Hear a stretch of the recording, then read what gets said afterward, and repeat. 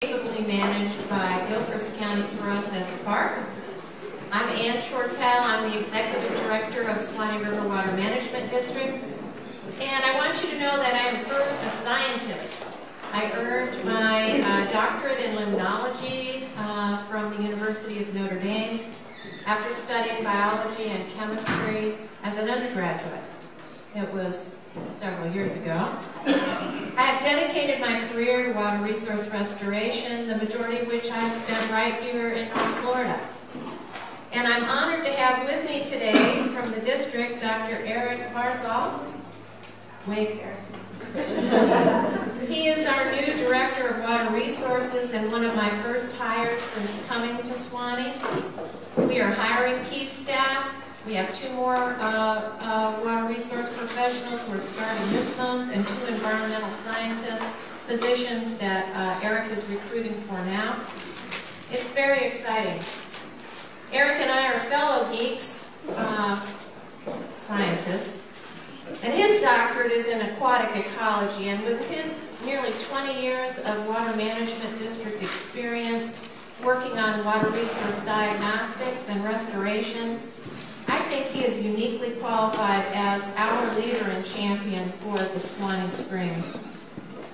Our staff uses the best available science, and we are intending to continually improve that science. I'm a sort of a project-oriented person, but everything we do needs to be based on science, and we're committed to that. You probably already realize that here in the Suwannee River Water Management District, we take our springs very seriously. Although we're the smallest water management district, we have more springs than any of the other districts. Is Northwest in the room yet? Because if they are, I might... Okay, so I have to actually arm wrestle them for that honor. Okay, you know, full disclosure, it's pretty much neck and neck. But we can uniquely claim the highest concentration of first magnitude springs here in the Suwannee District anywhere in North America. Now, let's think about the Suwannee River. That's our marquee natural resource. The average daily flow of the river, about 7 billion gallons a day, and that's about enough water for the entire state from a potable supply standpoint. And did you know that 70% of that flow in the Suwannee is from springs?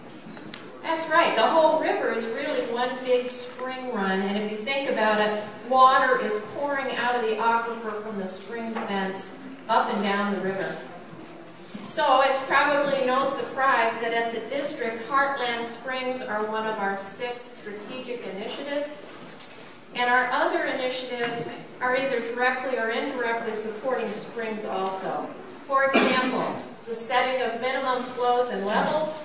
In the next 2 years, we will be setting the minimum flows and levels on the lower Santa Fe River and the upper Suwannee River and the associated springs there. For example, when we address water supply issues through aquifer replenishment projects, we're not only supporting our water supply for people, but our water supply for springs. For example, next month is Water Conservation Month. And conservation must involve all of us, each and every one of us, and not just next month. And water conservation that results in less withdrawal from the aquifer means more water for springs.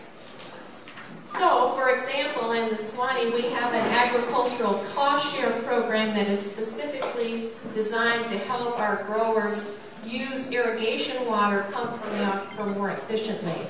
That's good for the growers, and it's good for the water supply, and it's good for our springs.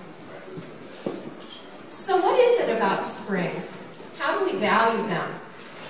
They are unique and rather mysterious.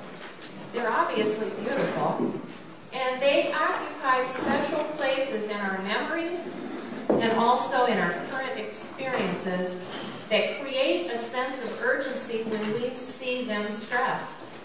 The springs and their rivers provide a unique and stirring mix of economic and ecological viability. And they provide a uniquely Florida experience that we value and that we want future generations to experience as well. Springs, like the rest of our water resources, may be stressed by water quality issues like too much nutrients. Spring flows are strongly associated with rainfall and dependent on water from the Floridan aquifer, which can be depleted and stressed during droughts, but which is also the primary potable source for most of Florida. Although we do not live in an arid state, I mean, let's face it, on average we get 50 inches or so of water annually, but it comes in inconveniently overwhelming gulps. If you were watching the weather, or if you're from slightly north of here, last week was a good example. 10 inches of rain, we've got out-of-bank flooding conditions all over the northern part of our district, and a little issue with the Valdosta wastewater treatment plant on the Withlacoochee, but who's thing? So we do have a water storage and a water management challenge, especially in some regions of the state. So, springs are our sentinels. When they sound the alarm, we listen, we hear, and we act. What are the tools that we have? We have research, like monitoring and other investigations, regulatory tools like minimum flows and levels, and restoration. The district has a project planned here for Otter Springs for next year. And I think today we engage in an important process to leverage those tools in a scientifically defensible manner. I want to thank you, Bob, for organizing this summit.